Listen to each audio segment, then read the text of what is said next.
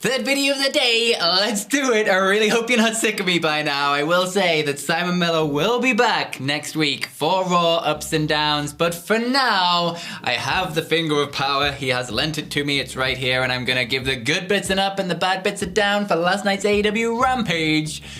So yeah, let's do that.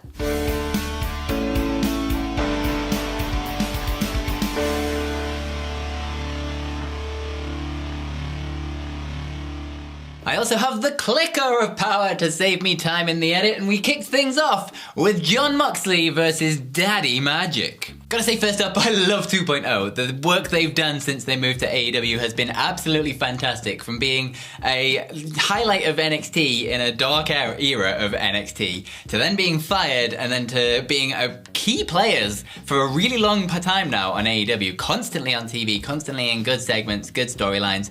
They've smashed it, so a massive shout out to them. The match itself, though, went exactly as you would imagine it to. Obviously, Moxley was in control at the beginning. It's Jon Moxley until they were brawling about on the outside, although he did stop to give Daddy Magic a nice little back scratch on the outside. He must have had an itch that he couldn't quite reach. It was very nice of him. Cool Hand Ange, though, was on the outside for the entirety of the match, and he played a big part in this. Every single time when Moxley was having control, in would come Cool Hand Ange to either take him out on the outside or distract him or do something to allow Daddy M to get back in control, even if it was just for a tiny little bit. But obviously it never really worked out for D Magic himself, to the point where Moxley was hitting him with the regal knee and then he was going in with the stomps to the face on the floor. But just as he was doing that, boom, in come Cool Hand Ange to distract him and do everything like that, and then Daddy Magic tried to do the stomps himself.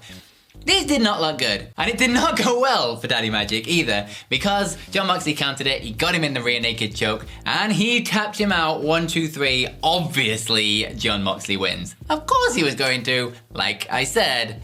It's Jon Moxley. The more interesting point of all this, I guess, is what happened directly afterwards, because Moxley was celebrating the victory when Stokely Hathaway and Lee Moriarty came out. And Stokely Hathaway had a few things to say. He obviously brought up the attack on Dynamite on Wednesday when they went after Moxley and after MJF as well afterwards. And he also challenged Moxley to a match on Rampage again next week against Lee Moriarty himself, who had a little video package, because they learned that Jon Moxley was a special type of visual learner. So they had a video package for him that was all about Tiger Style. But of course Jon Moxley accepts, because whenever someone challenges Jon Moxley to a fight, he ain't the one to back down. And so this is going to go down next week on Rampage. Jon Moxley versus Lee Moriarty. All this was fine though, it was nothing to write home about, it was pretty much exactly what you expect. It's set up a match for next week, so I can't do anything but give it an up, I guess. Next up, we find out that there's going to be an AEW title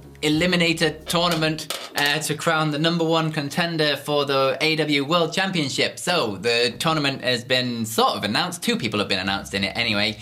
Dante Martin got announced here, and Ethan Page announced himself a little bit later on. So they're going into it. It's going to be an 8-man bracket tournament thing. It's going to end with the finals at Full Gear, and then whoever wins that will go on to take on the winner, I guess, of Moxley versus MJF at Full Gear, and that match will take place at Winter is Coming in December. And we had a really quick little backstage promo from Jade Cargill, who was just there doing a bunch of pull-ups, basically shouting about Nyla Rose stealing her belt and how it's unacceptable. But then we went into Keith Lee versus Serpentico, and this lasted like 5 or 6 seconds. Keith Lee hit the spirit bomb straight away, 1, 2, 3, and that was that.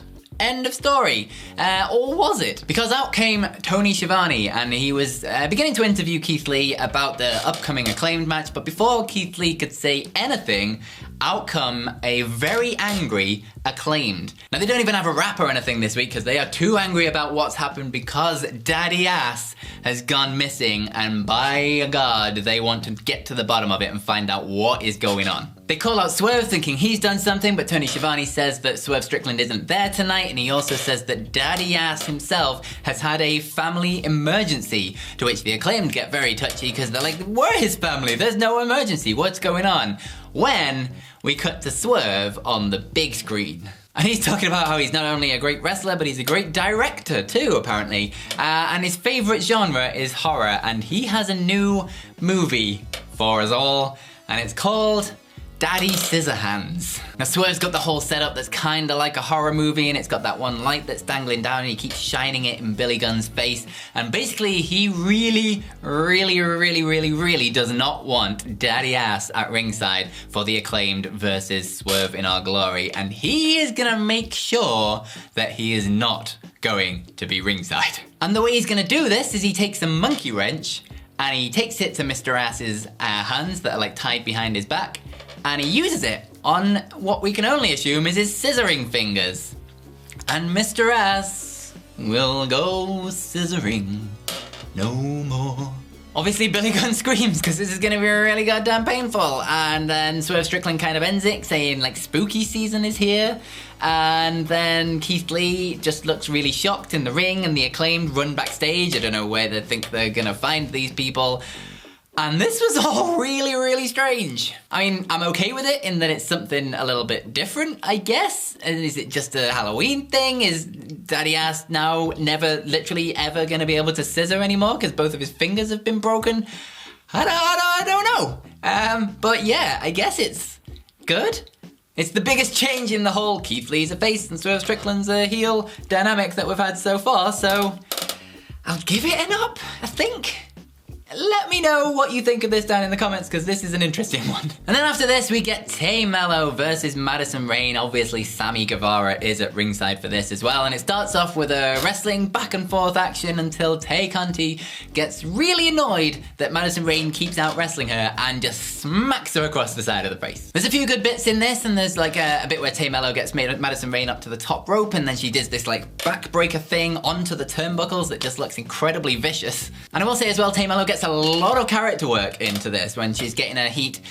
She's getting a lot of her character across in the sort of wrestling work that she does, and that bit's really good. Eventually Madison Rayne manages to reverse a move into a DDT, and then she manages to get a bit of momentum going, and then they end up on the top rope and she hits a huge top rope cutter for a 2 count. And then after a bit of back and forth action and some reversals and some counters, Tay Melo hits the Tay KO for the 1, 2, 3, and she beats Madison Rayne. This was a fine match though. It's a good win for Tay Melo moving forwards. There wasn't exactly much story or anything behind it, but it's a good win for her. Good showing in the match. Yeah, I'll give it an up. Next we have an Ethan Page backstage promo, and he is not happy with MJF. He says that the firm didn't decide to change direction, it was all on MJF, and now that MJF has sort of broken against the firm, they are gonna make his life a misery, and they're not gonna do him any favors anymore. In fact, they're gonna do Jon Moxley a favor, because they are gonna send MJF into Full Gear, not 100%, and then Ethan Page is gonna go on to win the title tournament eliminator thing,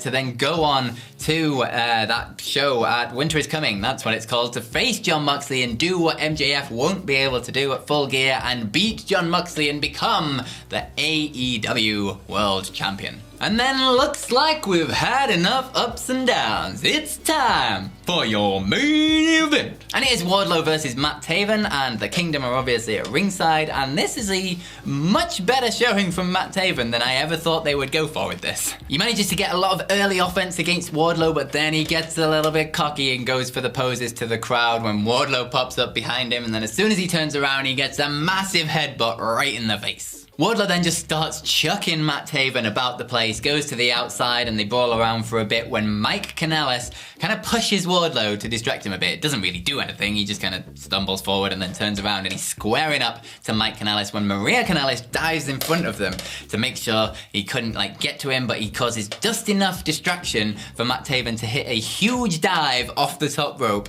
onto Wardlow and start getting the upper hand. He smashes Wardlow into the steel steps, knee first, and then rolls him into the ring and hits a huge frog splat directly onto Wardlow's knee, and then he just spends the rest of the match going after Wardlow's knee. He hits him with a bunch of dragon screws, a bunch of submissions on the knee, just everything he can to go after that knee, and like I said, Matt Taven gets a lot more offense in on Wardlow than anyone has in a really long time. His cockiness gets the better of him again though, because he goes up to the top rope one too many times and Wardlow manages to get out of the way, and he just starts taking control. He starts hitting massive power moves with one leg, taking Matt Taven out. So it's only a matter of time until the finish now because he starts going for that powerbomb symphony. But first up, Maria Canales jumps onto the apron to try and get a bit of a distraction, but it doesn't work. Matt Taven does manage to kind of roll him up for a second, but then Wardlow bridges out of the pin straight into a powerbomb, which looked really impressive. It looked really, really good. And then he hits him with powerbomb number 2, and the symphony has begun. And then Mike Canales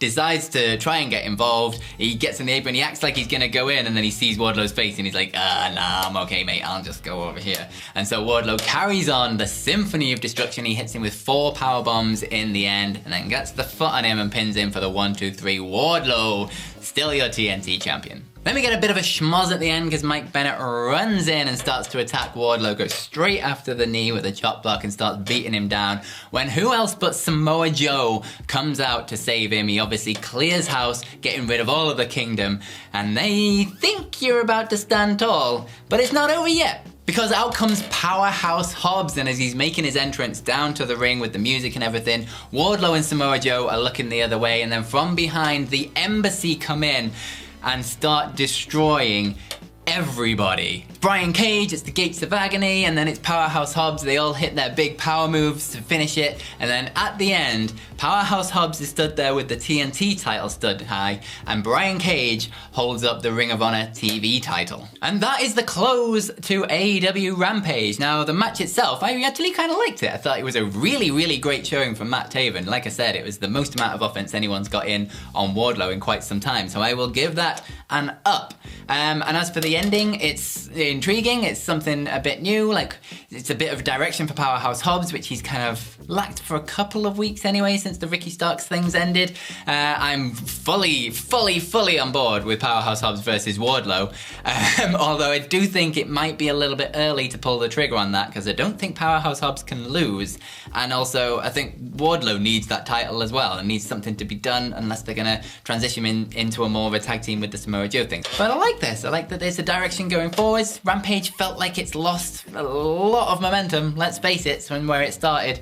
So at least getting its own storylines and its own characters and things makes it feel a little bit more relevant. So hopefully this continues in the future. So I will give Rampage as a whole an up. It was a fine show. There was absolutely nothing to write home about. I wouldn't rush out to watch any of it or anything, but also none of it was bad. So it was fine. And that, my friends, is the end of AEW Ups and Downs. Please do follow me over on Twitter at PhilMyChambers. Let me know down in the comments below what you think of AEW Rampage. And this is it. Simon Miller will be back next week, I promise. There is no more guest presenters. Your favorite will be back. So subscribe to the channel, comment down below, like the video, watch more videos, go watch Ups and Downs for SmackDown if you haven't already seen that, or the news this morning. It's been a really, really busy day. Have yourselves a bloody good day.